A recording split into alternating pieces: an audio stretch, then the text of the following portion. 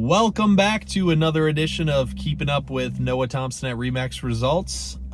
This is for April of 2024, and I hopefully will have just a quick video for you sharing a client success story. I've taken a couple takes on this video and it's gotten a little long, so bear with me. But anyways, I had a closing a week and a half ago for a couple that I've been working with for 2 years, and they've been looking at acreage properties, wanting at least 3 acres, and trying to stay under 400,000. So kind of a tough price point and kind of a premium type of market. In acreage market, you're not just paying for the home, you're also paying for the land. So the prices tend to be a little bit higher, and that's kind of why this home search took so long. But anyways, they're first-time home buyers. They had a vision of what they wanted, and a property in Afton came available at the beginning of March. And this particular property was on 5 acres, or just under 5 acres.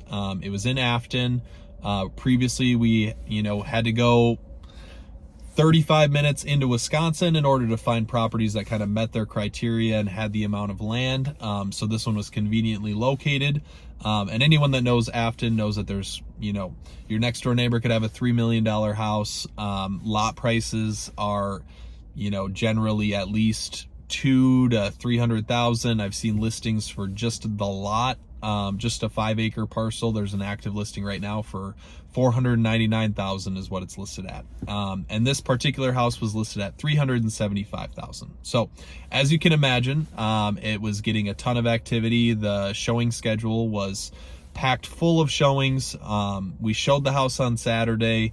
We looked at comparables. We talked to the agent. We, took note of the activity and kind of knew that whoever bought this house was going to have to waive their inspection.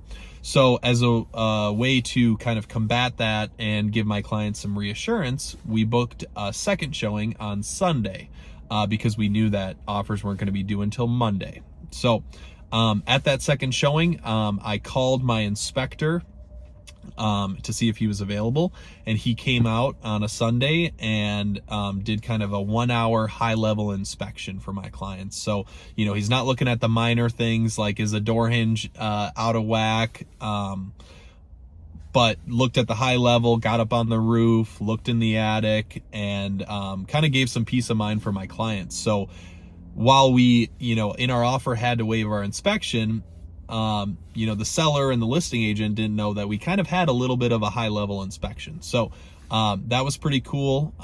And when we submitted the offer, we found out a couple days later, once we heard back, that we weren't the highest offer, and we didn't have the best terms. So they had cash offers as well.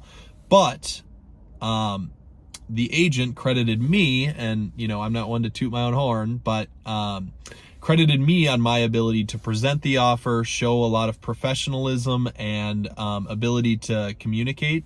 And so he knew that by working with me that, things were going to be left undone or left in the open.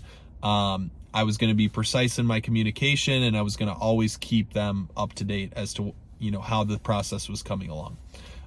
So we had that. And so what kind of went into that was I had a lot of communication leading up to their decision with the listing agent. I presented an offer summary with my offer that, talked about all the terms of the offer, gave explanations. And I also copy the lender in when I submit any offer on a property. So once I copy in the lender, I call the lender and I say, hey, Jim at XYZ Mortgage, I just submitted an offer for Bill and Sally. Can you respond to that email and talk about how well qualified they are as borrowers? And so, they did that, and that was just another touch point that no one else did. And it was really easy to do. My lender just had to send a quick email. And then the third thing that happened was my clients wrote a letter about the property and about how they could envision themselves, making that house into their home, and how they love the land, and just complimented the seller on the home and the property, and it really resonated with the seller. And now I'll say that this only happens, you know, maybe 20% of the time that a seller actually kind of can get emotional, or emotional things like letters actually work with them. But it's a great tool to have in our toolbox, and in this case, it led us to the first place position, and we, even though we weren't the highest offer, the seller liked my buyers and wanted them to get the home. So anyways, this turned into a 5.5 minute video, maybe even longer, but I appreciate you watching. Hopefully we'll see you in a month. And in the meantime, if you have any questions, comments, concerns, you can always call, text, email me. Would love to connect with you. And thanks for watching. So have a good one.